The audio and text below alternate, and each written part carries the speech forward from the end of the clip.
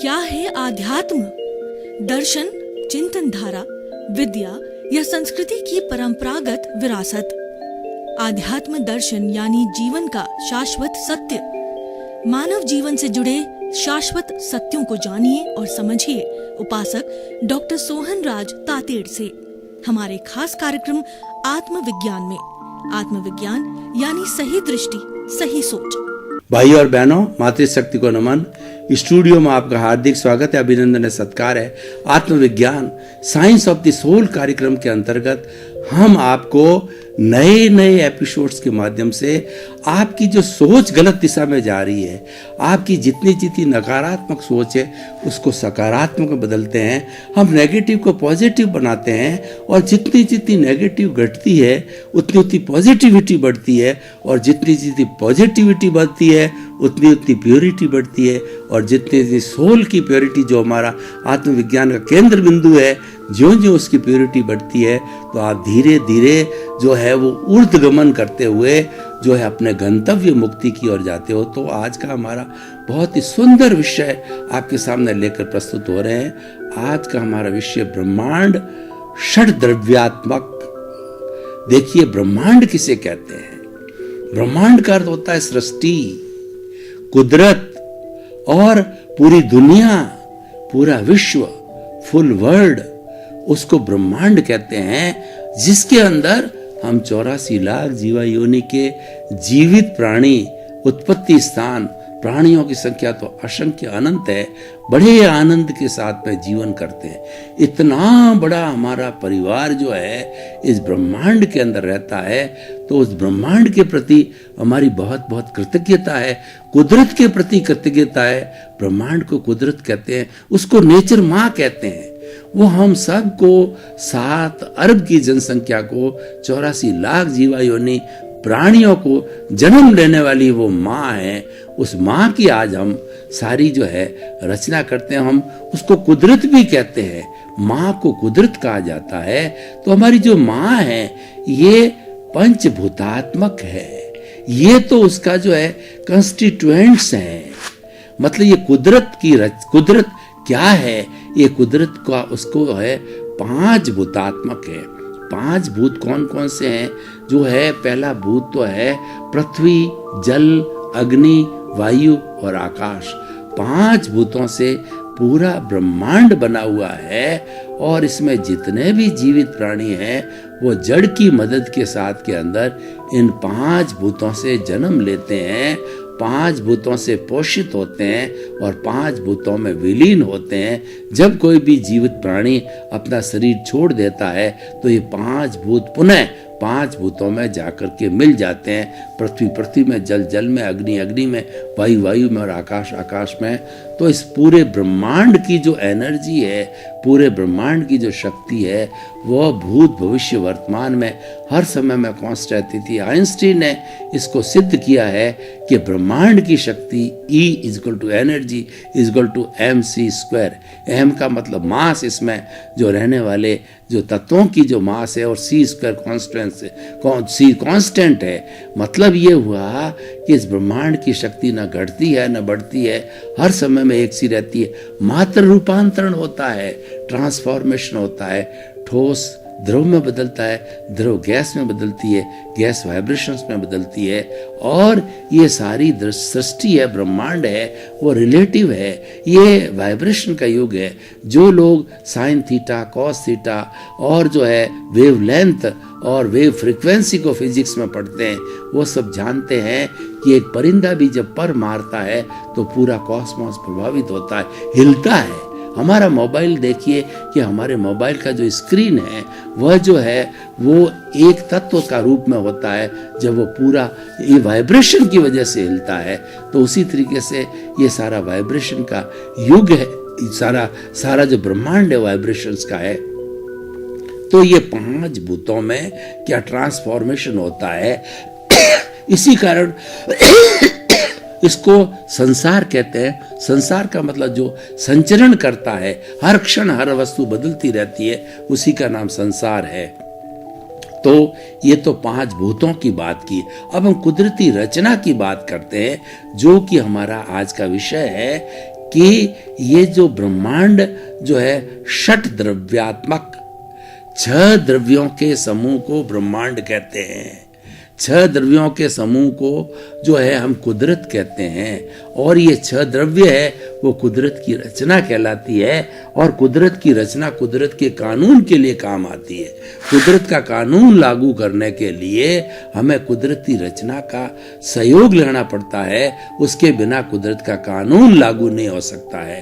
तो जो हम बात कर रहे हैं कुदरत की रचना की बात कर रहे हैं, 6 द्रव्य कौन कौन से हैं जिससे कुदरत की रचना होती है, वही आज हमारा विषय है। और वह सभी पे लागू होता है, हर प्राणी पे लागू होता है। तो देखिए, इसमें से अध्यात्म और विज्ञान की तुलना करें तो हमारा अध्यात्म है 6 द्रव्यों को मानता है, और विज्ञान है जड़ पे काम करता है। विज्ञान का उद्देश्य है वो भी सत्य की प्राप्ति करना, अध्यात्म का उद्देश्य है वह भी सत्य की प्राप्ति करना, लेकिन दोनों के काम करने के तरीके अलग अलग है। कि जो विज्ञान है वो जड़ पे काम करता है और 5 जो है द्रव्यों को मानता है, और जो अध्यात्म है वह चेतन पर काम करता है। वह 6 द्रव्य, 6ठा द्रव्य चेतन स्वयं है, उसको ऊपर काम करता है। दोनों वो जो अध्यात्म वाले हैं वो अपने शरीर को जो है लेबोरेटरी बनाते हैं, और जो विज्ञान वाले जो मैटर पे काम करते हैं वो फिजिकल लेबोरेटरी बनाते हैं और उसके ऊपर आविष्कार करते हैं। और 3 जो आविष्कार करके हैंस फ्रूड कहते हैं। और उसी तरीके से ये जो हमारी भीतर जो अध्यात्म का जो प्रयोगशाला है उसके अंदर भी शुद्ध परमात्मा विराजमान है, परमात्मा ओके करता है, तब वो भी एक रिजल्ट देता है।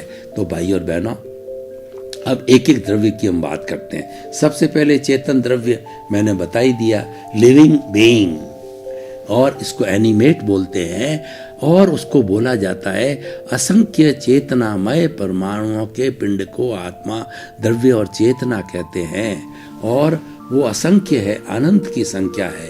तो पहला द्रव्य हो गया हमारा चेतना, और दूसरा द्रव्य हो गया हमारा, जो हम उसकी बात करें तो दूसरा जड़ द्रव्य। जड़ है जिस पर कि भौतिक पदार्थ वाले काम करते हैं, भौतिकी वैज्ञानिक लोग काम करते हैं। तो उन्होंने 176 के भौतिक सब्सटेंस जो है बताए हैं, जैसे पोटाशियम है, और जो है हमारा सोडियम है, अबरक है, भॉडल है, और उसके साथ के अंदर सिल्वर है और गोल्ड है। इस तरीके से 106 जो है फिजिकल सब्सटेंसेस की खोज हुई, और खोज अभी तक ये जारी है। तो ये सारा जड़ पदार्थ है। तो ये जड़ दूसरा तत्व हो गया। और जड़ क्या होता है? वर्ण गंध रक्त रस युक्त होता है, गलन मिलन धर्मा होता है, ये जुड़ता है, मिलता है, और उसके कारण ही जो है ये संसार सारा बनता है और हमारे सामने दिखाई देता है। तो ये हो गया चेतन और जड़। अब हम तीसरे तत्व की बात करते हैं कि चेतन और जड़ है वो कभी भी मोशन करना चाहते हैं, गति सहायक। जैसे मैं हाथ हिलाना चाहता हूँ, या ट्रेन चलनी चाहती है, या प्लेन चलना चाहता है, व्यक्ति दौड़ना चाहता है, तो उस स्थिति के अंदर जो है पूरे ब्रह्मांड के अंदर भौतिक तत्व, पूरे ब्रह्मांड में पौद्गलिक तत्व है जो कि अमूर्त है, और पूरे ब्रह्मांड में एक ही तत्व है, एक ही कैरेक्टरिस्टिक का है, वह उदासीन भाव से मदद करता है, वो मौजूद रहता। मैंने हाथ हिलाया तो हमारा जो है ये मोशन तत्व ने मुझे हाथ हिलाने के लिए सहयोग किया। मोशन तत्व नहीं होता तो ये हाथ नहीं हिलते। तो इसीलिए ट्रेन नहीं चलती, फ्लाइट नहीं चलती, दौड़ने वाला व्यक्ति नहीं दौड़ सकता। तो ये तो गति सहायक मोशन तत्व हो गया। अब जो है चौथा तत्व ये है कि मेरा हाथ हिल रहा है और उस हाथ को मैं शांत करना चाहता हूँ। ट्रेन चल रही है, ट्रेन रुकना चाहती है, फ्लाइट चल रही है, वो लैंडिंग करनी चाहती है, व्यक्ति दौड़ रहा है और वो जो है शांत होकर के रेस्ट करना चाहता है, तो रेस्ट तत्व तैयार हो जाता है। मतलब स्थिति सहायक ये तत्व जो है स्थिति देता है, मोशन वाली चीज को स्थिति देने वाला स्थिति सहायक जो है तत्व हो गया। तो ये चार चीजें हो गई। और पांचवा जो द्रव्य हो गया वो टाइम। टाइम क्या होता है? हमको जो है अवगाहना देता है, हमको वर्तना देता है। वर्तना कैसे देता है कि टाइम का छोटा से छोटा रूप होता है, वो पलक झपकते हैं जब एक समय कहीं निकल जाते हैं, उसके बाद के अंदर जो तो सेकंड होता है, मिनट होता है, घंटा होता है, दिन होता है और पक्ष होते हैं, और उसके बाद में महीने होते हैं, वर्ष होता है और शताब्दियाँ होती है। शताब्दियों के बाद में छछारा का काल चक्र बनता है पूरा। इस तरीके से ये पूरा सारा समय है, समय में वर्तना देता है, टाइम मैनेजमेंट करवाता है। और उसके बाद के अंदर छठा तत्व है, वो छठ द्रव्यों में से छठा द्रव्य है, छठा सब्सटेंस है, वो क्या स्पेस है। जैसे कि मैंने इतनी जगह घेरी, इसका मतलब इतने स्पेस को घेरा। ये सामने टेबल है, वो जो इतनी लंबाई चौड़ाई घेर रही है, तो उसने इतने स्थान को जो ये सारा स्थान घेर रहा है, स्पेस घेरा जा रहा है। तो छोटी से छोटी आलपिन को लगा के बड़ी से बड़ी डायनासोर्स को ले, बड़ी से बड़ी चट्टान को देख लो, तो ये सारा स्थान घेरती है। और ये सारा काम स्पेस के माध्यम से होता है। स्पेस नहीं हो तो हम कोई भी वस्तु को देख नहीं सकते, वो स्थान घेर नहीं सकती, वो दिख नहीं पाती है। तो भाई और बहनों, ये षट द्रव्यात्मक हमारी कुदरत है, हमारी नेचर माँ है, और ये प्रकृति माँ है, और इसको कुदरती रचना कहा जाता है। तो हमने सबसे पहले कुदरत क्या है, पंचभूतात्मक बात कही, दूसरा कुदरती रचना क्या है उसकी बात की। अब सवाल इसकी हम एप्लीकेशन करते हैं। देखिए, कोई चीज़ की एप्लीकेशन नहीं की जाती है या एप्लीकेशन के बारे में नहीं बताया जाता है तो वो चीज़ धीरे धीरे यूजलेस हो जाती है। दुनिया में बहुत सी चीज़ें हैं जिसको हम रेगुलर यूज़ करते हैं तो वो यूज़फुल कहलाती है, और जो काम की चीज़ नहीं होती है वह यूज़लेस हो जाती है। जैसे उदाहरण के तौर पर हम आपको देखते हैं कि जब कभी बारिश होती है और हम जो है अपने कुछ पर्टिकुलर फसल को उगाना चाहते हैं, तो हम देखते हैं कि बहुत सी झाड़ियाँ यूज़लेस होती है, तो वो क्या है कि उसको किसान काट देता है, और उसके बाद में जब वो जो पौधा रोपा जाता है, जिसकी फसल लेनी होती है, तो उसको रोपने के बाद भी जो है वो कुछ झाड़ियाँ पास में खड़ी हो जाती है, जिसको निदान बोला जाता है, उसकी भी पुनः सफाई की जाती है। तो मेरा कहने का अर्थ ये है कि यूजफुल और यूजलेस, जो यूजफुल चीज़ें होती है उसको हम काम में लेते हैं, यूजलेस चीज़ों को लोग भूल जाते हैं। व्यक्ति भी यूजफुल होता है तो अमर होता है। स्वामी विवेकानंद है, और हमारे कबीर जी है, रहीम जी है, और दयानंद सरस्वती है, और हमें बाबा साहेब अम्बेडकर है, महात्मा गांधी है। ये सब क्या है, यूजफुल व्यक्ति आज भी यूजफुल है, हर शताब्दी में यूजफुल होंगे। और कुछ ऐसे लोग हैं जिन्होंने कि हिंसा का भाव किया और वो बदनाम हुए, उनका नाम नहीं लेना चाहता हूँ, वो यूजलेस हो गए, कोई भी उनके बारे में पढ़ना लिखना जो है नहीं चाहता है। तो भाई और बहनों, हम की यूजफुलनेस को इसकी नापते हैं, कुदरत को षट द्रव्यों का यूजफुलनेस क्या है, और उसकी जो है यूजलेसनेस तो है ही नहीं है, क्योंकि यही हमारा सब कुछ पोषण करते हैं, यही इस रचना के तहत ही हम अपना जीवन यापन करते हैं। तो हम देखें कि एक एक तत्व की यूजफुलनेस देखें। सबसे पहला, हम चेतन तत्व की क्या यूजफुलनेस है। चेतन तत्व हमारा अस्तित्व है, अगर चेतन ना हो, इसकी हाजिरी ना हो, तो राम नाम सत्य है, मात्र जड़ रह जाएगा। और पूरे ब्रह्मांड के अंदर अकेला जड़ कभी वैसे होता ही नहीं है। अगर हो जाए तो उसका उपयोग कौन करेगा, कोई यूटिलिटी नहीं है। तो ये जो चेतन तत्व है यही जड़ का उपयोग करता है। इसलिए जड़ और चेतन का जोड़ा है, एक दूसरे के जो है वो सहयोगी है, क्योंकि चेतन के बिना अचेतन का काम नहीं चलता, अचेतन के बिना चेतन का काम नहीं चलता। क्योंकि अगर चेतन ना हो तो जड़ का कौन उपयोग करेगा, और जड़ नहीं हो और मात्र मोक्ष की स्थिति जो हो तो फिर ये दुनिया बनेगी नहीं। ये दुनिया तो जड़ और चेतन के मिश्रण से बनी है, न तो अकेले जड़ से बन सकती है, न चेतन के जड़ से बनती है। ये हमारा शरीर देखिए, ये शरीर तो जड़ है, ये तो पुद्गल है, ये तो मैटर है, लेकिन इसके भीतर चेतन मौजूद है। वो चेतन जो बोल रहा है वो चेतन है, अनुभव कर रहा है वो चेतन है। इसकी चेतन की हाजिरी से ये मिश्र चेतन बना है, और मिश्र चेतन बनने से ये जो है चेतन की तरह जो है पूरा एक्टिंग कर रहा, रोल कर रहा है और पूरे जीवन भर तक रोल करेगा। ऐसा कहा गया है कि रंगमंच ये जगत है और कर्म खिलावनहार और नाना रूप बनाए के और चेतन खेलनहार। ये चेतन जो खेलता है वो कठपुतली की तरह है, वो कर्मों रूपी कठपुतली है। आपने कठपुतली को देखा होगा तो कठपुतली तो जो नाचती है, लेकिन नाच कराने वाला जो धागा है वो किसी और के हाथ में है। तो हमारे ये कर्म हमको खिलाते हैं और हम अपना अभिनय करते हैं। हर व्यक्ति जब जन्म लेता है तभी से रंगमंच के ऊपर अभिनय करना चालू करता है और अभिनय करके जो है वह जब उसका अभिनय पूरा हो जाता है, चलने को होता है, तो चलने के बाद में वह जो है चला जाता, अभिनय उसका समाप्त हो जाता है। तो ये सारा कर्मों के अधीन होता है। तो भाई और बहनों, हम जो बात कर रहे थे कि जड़ और चेतन की बात कर रहे, दोनों बहुत ही यूजफुल है और इसके बिना काम चल ही नहीं सकता, इसके बिना सृष्टि बन ही नहीं सकती है। इसीलिए बहुत यूजफुलनेस है, ये हमें समझना चाहिए। तीसरा जो तत्व हमारा मोशन तत्व है वो इतना यूजफुल ये है, अगर मोशन तत्व नहीं होगा तो दुनिया में गति नहीं रहेगी, दुनिया स्टेगनेंट हो जाएगी, एक जगह चिपकी रहेगी और एक जगह चिपकी हुई रहेगी यूजलेस हो जाती है। तो जहाँ मोशन तत्व है वहाँ यूजफुलनेस है और मोशन तत्व अकेला ही रहे, गाड़ी चलती रहे और रुके नहीं तो गाड़ी किस काम की। और आदमी दौड़ता रहे थक जाएगा और वो गिर जाएगा।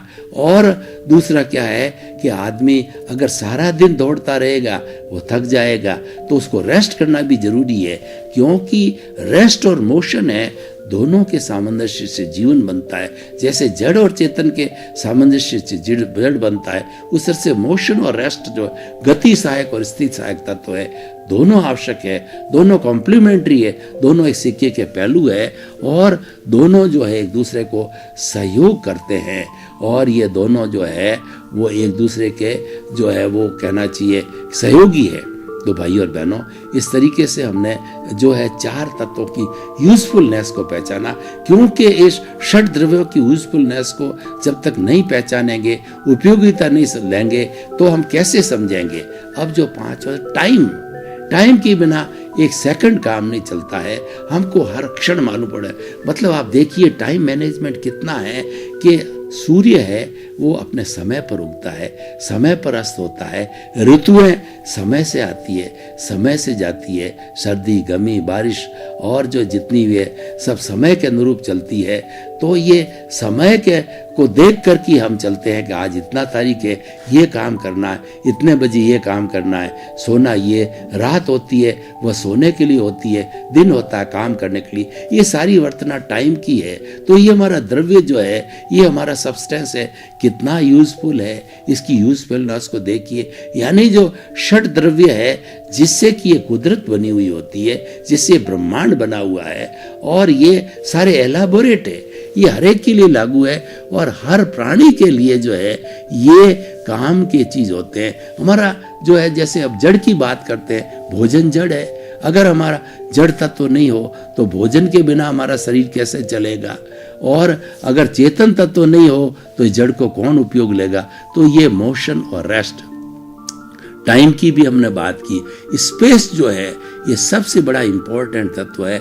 हम सबको जो है सहता है, सबको झेलता है, सबको जगह देता है, अवगाहना देता है, प्राणी मात्र को अवगाहना देता है, जड़ मात्र को अवगाहना देता है। तो इसकी तो हमारे बहुत बड़ी जो है उपयोगिता है। और हमारी भारतीय संस्कृति को देखिए कि भारतीय संस्कृति ने जो हमारी ये पांच भूत जिसकी हमने कुदरत की बात की है, इन पांच भूतों को भगवान माना गया। जल देवता, वायु देवता, अग्नि देवता, पृथ्वी माँ, आकाश देवता, हर एक के देव है। उनकी प्रसन्नता के लिए हम उनको पूजते हैं, उनको नमन करते हैं और उनको अगरबत्ती करते हैं। ये हमारे पे इनकी कृपा बनी रहे और ये हम जो है ये हमारे पे कभी भी जो है कहना चाहिए नाराज ना हो, क्योंकि इनकी नाराजगी से हमारा जीवन का अस्तित्व नहीं रहेगा।